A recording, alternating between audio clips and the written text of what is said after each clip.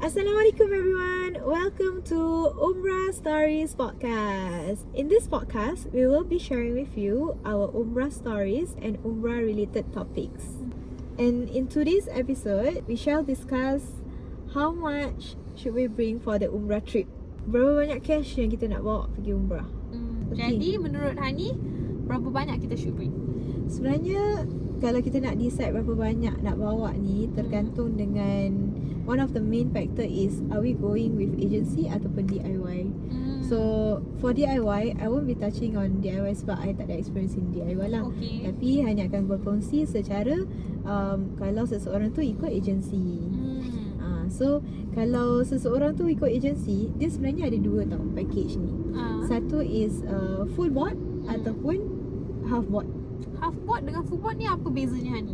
Itu dia. So kalau siapa-siapa yang tengok package agency tu, the terms full board dengan half board ni is common, is quite common. Okay. So usually untuk full board is ada inclusive of breakfast, lunch dengan dinner.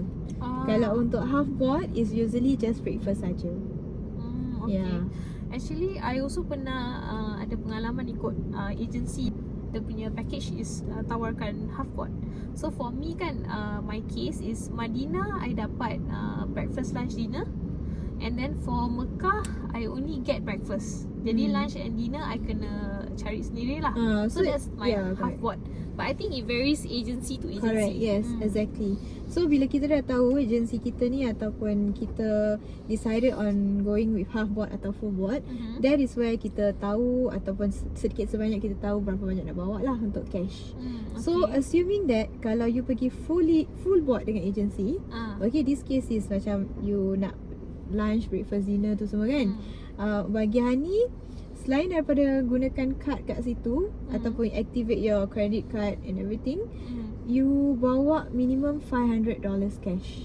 $500 Singapore cash dan kita tukar kepada Saudi Riyal. Yes. Okay. And on top of that, it's also advisable that you bawa extra cash juga kat sana, jadi dia boleh tukar. So kat sana pun banyak money changer in case that you need extra cash. Okay.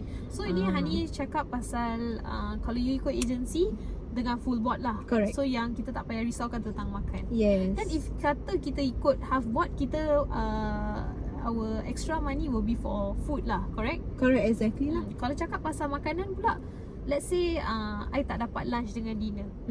Then makanan kat sana macam mana anggaran harga dia Hani? Okay, depends on makanan ni you makan dekat restoran ke, dekat take away ke, kat cafe ke. All the prices are different. Tapi on average it's around like 20 riyal per meal, I would say. Okay. So kalau you imagine, kalau you makan satu family ataupun kalau 2 orang lah minimum. So kadang-kadang ada makanan dia banyak portion, ada yang portion dia untuk 1 orang. Tapi kalau portion yang besar, for example like 30 riyal, you can share untuk 2 orang. So kalau misalnya kita Madinah tak ada dinner dengan lunch contohnya, so kita peruntukkan mungkin satu hari dalam 40 riyal dalam gitu, 40 riyal makan. Untuk makan lah per day. Or more kalau you nak more dessert lah. Of ke, course, you know, ice cream ke. Yeah, Yes. betul. Yeah, so lebih daripada 40 lah, minimum 50-60 seorang. Alright, per day lah. Alright. Yes. Okay Hani, sekarang kita berbalik kepada assuming yang kita ambil package full board. Jadi makanan semua dah settle. Cuma kita ada cash ni, actually kita nak tukar cash ni untuk apa? Okay, so cash ni actually boleh digunakan. Kalau kedai yang guna card, also you can beli cash lah. Tapi of course cash perlu digunakan pada tempat-tempat yang tak boleh gunakan kad. Macam dekat luar Masjid Quba di Madinah, ataupun dekat macam kadang-kadang dekat Mekah tu, dekat Jabal Rahman yang area yang jual-jual kat luar, you know, itu pun tak boleh pakai kad, kena pakai cash. So ataupun kalau you nak menderma, you nak sabil, you nak wakaf dan sebagainya, itu gunakan cash juga. So topik untuk wakaf ni kita akan pertengahkan. Okay, kita akan discuss tentang wakaf ataupun how kita nak derma atau sumbangkan dekat tanah suci. And then cash also kan, you boleh gunakan untuk laundry also. So as far as I know, the laundry punya kedai yang I pergi tak pakai kad. So I gunakan cash. Okay. So each laundry is around 15 rial per kg. Okay. So usually maybe like 30 to 40 rial every wash. And then see if you plan to wash like a few times. Kalau Hani personally, I will wash like 3 times or 4 times. Okay. So I need a bit of cash for that. So macam tadi Hani katakan kan, dekat luar Masjid Kuba kan, orang ada jual-jual. Tu pun ada juga. Macam ada orang akan jual souvenir lah, like keychain or pouch, you know. Anything that you can bring home or for your family or your friends, macam gitulah. So those are like macam orang mendatang tau. It's not even like a proper shop. So macam diorang akan bentangkan diorang punya kedai and then they will sell it over there and then yalah, you beli secara macam pasar malam kind of thing, pasar pagi. Ya, jangan tidak jangan panas-panas tidak, itulah, jual, kita support betul. lah kan. So kesian lah diorang dah datang dari jauh mungkin, berniaga, so kita support and we pakai cash at the same time. Alright, okay. Kalau Min pula, cash you bawa tak apa? I think selain daripada kita beribadah, you know, solat 5 waktu, jemaah, buat umrah dan sebagainya, antara ibadah yang kita buat adalah sedekah. Macam tadi Hani cakap pasal cash tu kita boleh buat untuk infak, untuk sedekah. Sekarang kita akan masuk pasal topik sedekah pula. Unlike kalau macam kita pergi masjid Singapura kan, kita akan nampak banyak tabung-tabung masjid. So senang kalau kita nak sedekah, kita just tengok tabung dan terus masukkan duit, betul tak? Tapi kat sana, jadi kalau kita yang tak pernah pergi ataupun kadang-kadang kita ada saudara mara yang kirim taruh kat masjid, you know. Kalau kita pergi sana first time, jangan terperanjat pula sebab tak ada tabung masjid. Jadi kat Masjid Nabawi, Masjidil Haram, ni tak ada tabung masjid lah untuk kita sedekah. Jadi kalau kita nak bersedekah, normally antara apa yang orang buat tu, caranya adalah either kita kasih kepada petugas yang membersihkan masjid, yang membersihkan, yang take care of the air Zamzam area, ataupun you know, orang yang bertugas lah kat sana basically. Betul Min, jadi kita siapkan lah loose change like 5 rial, 10 rial to give them lah. Ya, betul. Untuk kasih diorang yang pekerja masjid ataupun those yang top up air Zamzam, take care of the stations, you know. Ya Allah, air Zamzam. Cakap pasal air Zamzam tu kan, I teringat that time that time apa tu, belum azan. So kita tengah tunggu nak solat jemaah lah. So I was sitting about maybe 3 meters away from the Zamzam punya yang apa tu, air tumbler tu So I tengah tunggu azan lah. So dalam keadaan dah habis mengaji and everything, so dah haus, you know. And I was like looking at that Zamzam punya bottle tu, dalam hati macam, ya Allah, kalau lah dapat air Zamzam ni, alangkah nikmatnya kan. Sebab malas nak bangun. Malas nak bangun. And then orang semua dah kat depan, dah ramai. So kalau kita nak langkah-langkah is a bit difficult lah. So macam dalam hati je niat tau. Tapi Masya Allah kan, tanda suci. Kalau apa yang kita niatkan, mungkin apa yang kita terlintas dalam hati. Bahkan itu pun tiba-tiba I don't know from where this lady yang petugas jaga air Zamzam, yang those yang top up the cups and all that kan, she came to me with a glass, with a cup of air Zamzam and just kasih tau, you know. Then I was like, bila I receive, then I was like, ya Allah, tadi baru macam terlintas dalam hati gitu. Dan bila minum, ya Allah, subhanallah, nikmatnya. And then after that, okay lah. Then after dah minum, then I just put the cup like sebelah my bag lah, macam gitu kan. And then the lady pun tak nampak lah after that. Sekali tiba-tiba the lady came again and then she collected my cup. Then I was like macam just tergerak hati, just kasih change lah. I cannot remember whether it's like 10 rial or 5 rial like that. Then I kasih dia. But I think that was a mistake that I made because bila I kasih, yang lain-lain, yang petugas yang lain tu nampak. So one by one came and then like I was like macam kasih duit raya macam gitu, you know, kasih like that. But thankfully at that moment my I ada bag ni, memang my bag ada one compartment where I put all the loose change inside. So memang alhamdulillah cukup untuk all those that came. So just a reminder for myself also. Jadi when the next time I nak kasih macam so called sedekah ni kan, I kasih sembunyi-sembunyi supaya yang lain tak nampak, and also kejar lah, because I pernah ternampak orang kena kejar bila kasih sedekah. Jadi kita avoid all this, we sedekah senyap-senyap macam tu. Kadang susah juga nak avoid lah, tapi try our best to like kasih dorang tapi hidden macam gitu ya. maybe bila I cerita kat orang, mungkin orang akan rasa, alamak Min, you kena tipu lah. Tapi to me is like rezeki lah, rezeki masing-masing lah. To me dari segi rezeki, I dapat air zam-zam yang terdetik dalam hati I dapat. Maybe also rezeki untuk orang dapat, you know, sedikit duit lah sikit. Betul. Kita husnuzon lah. Yeah, of course. Okay, so Ani, itu untuk sedekah macam kira sedekah sikit-sikit lah kan, those change Yes. kan. Kalau kita misalnya ada di luar sana yang definitely bermurah hati nak sedekah all out kat tanah suci kan, antara caranya macam mana Ani? Sebenarnya banyak cara nak sedekah kat sana. Sebab Mekah dengan Madinah ni kan tempat untuk kita kumpul pahala. Jadi kalau kita nak bersedekah pun berganda-ganda, jadi why not all out? Yeah. And then there's so many ways for you to derma. Antaranya you boleh wakaf Quran, you boleh derma wheelchair, you boleh derma kerusi duduk untuk Kerusi orang lipat. solat, kerusi lipat yang ada the small one. Uh-huh. And you pun boleh derma makan lah. Kira-kira macam boleh sabil. The concept of sabil is to pay it forward. Tu nanti kita akan ceritakan. Alright, okay.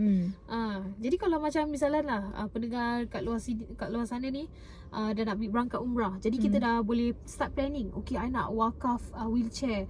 I nak wakaf Quran. I nak wakaf kursi lipat dan sebagainya.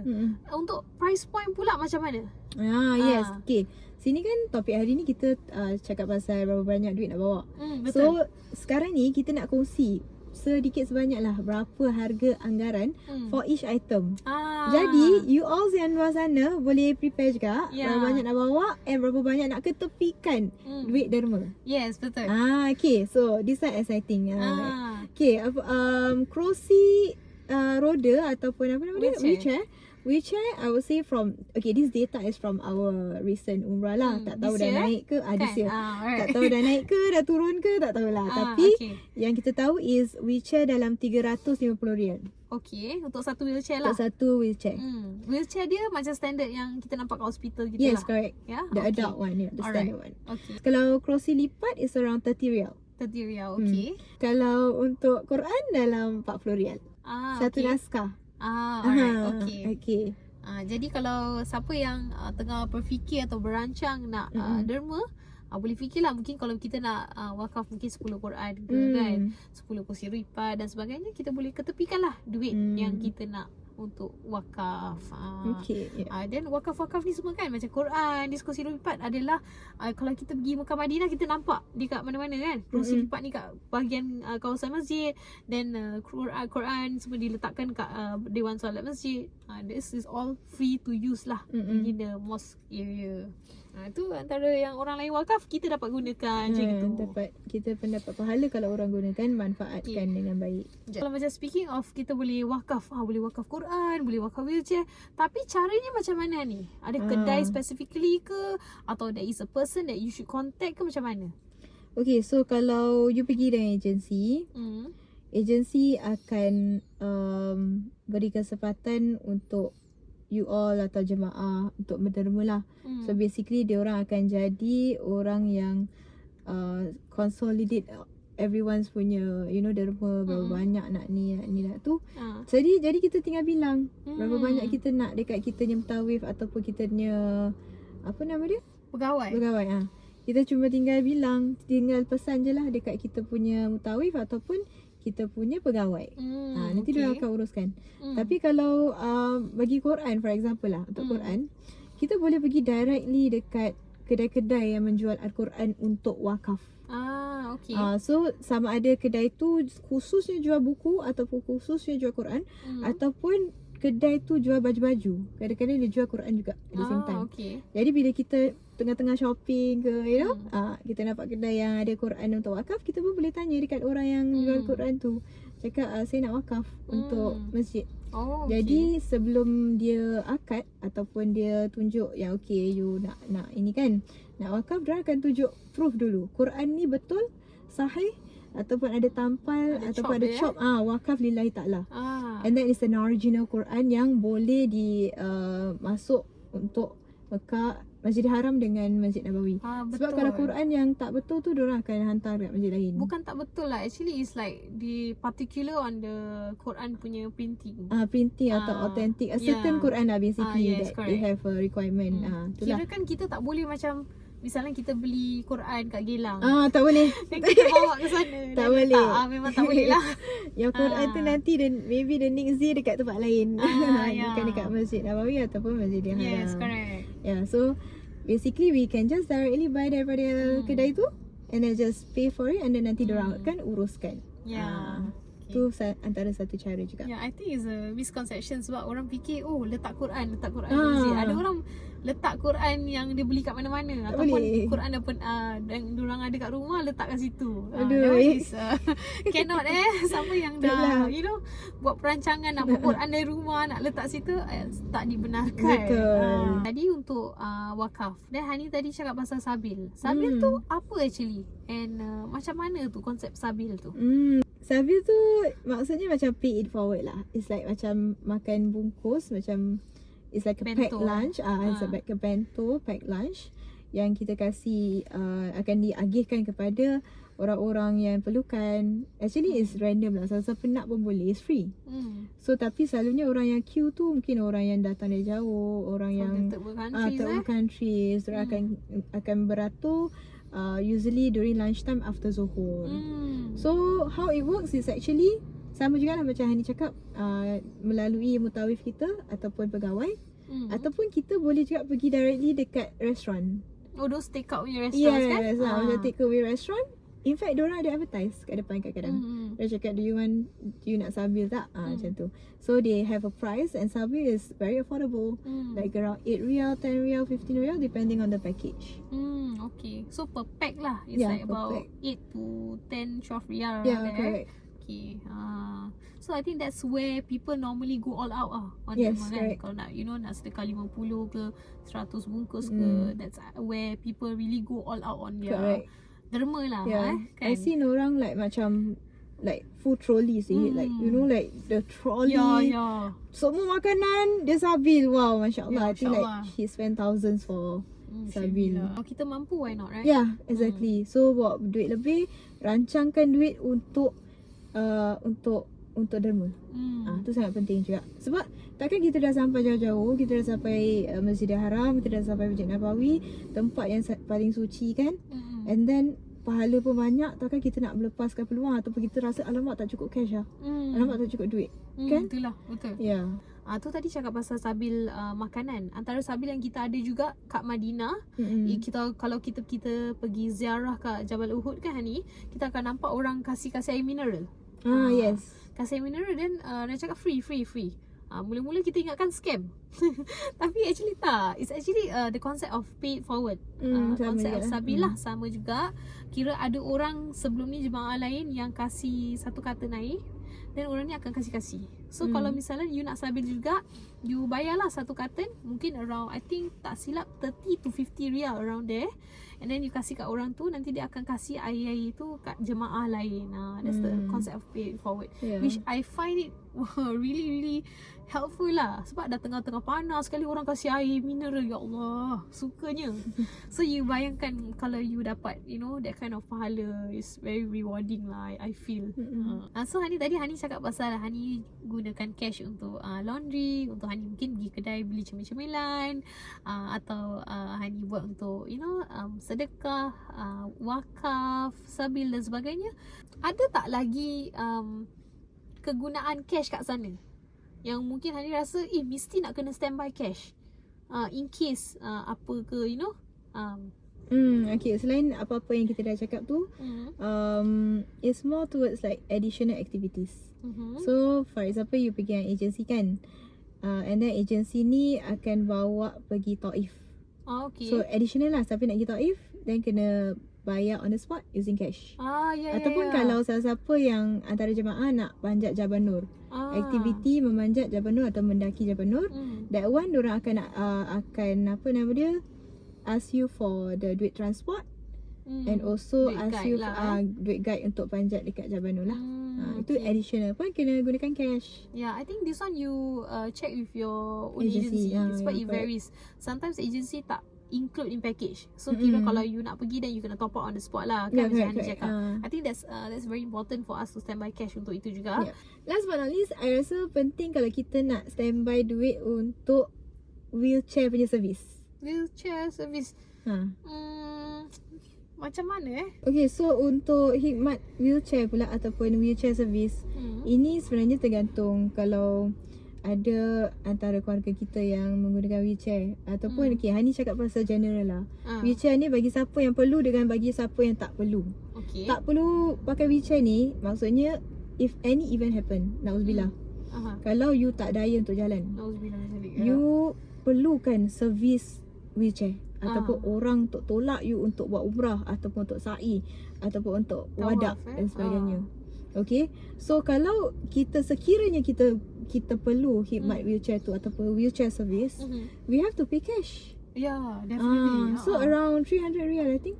300 riyal kan, 350 riyal. So kita standby juga 350 riyal.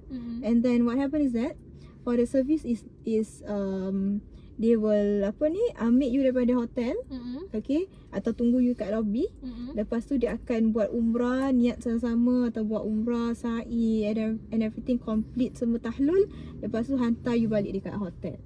That's the package lah for umrah punya wheelchair service.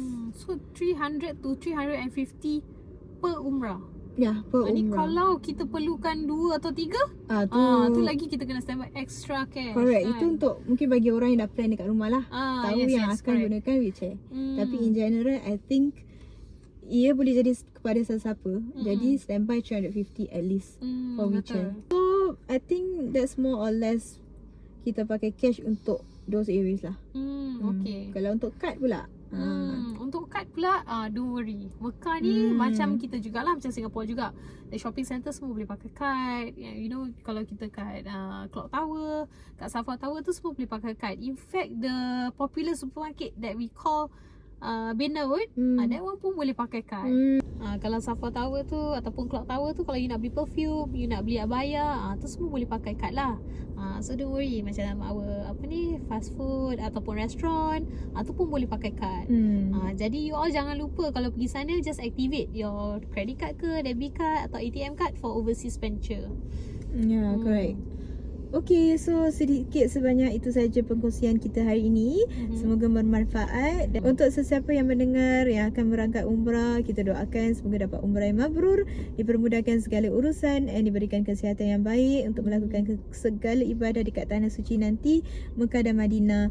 Dan bagi siapa yang dah tanam niat untuk pergi tanah suci, semoga Allah mudahkan urusan you, mudahkan urusan keluarga you juga untuk pergi bersama-sama.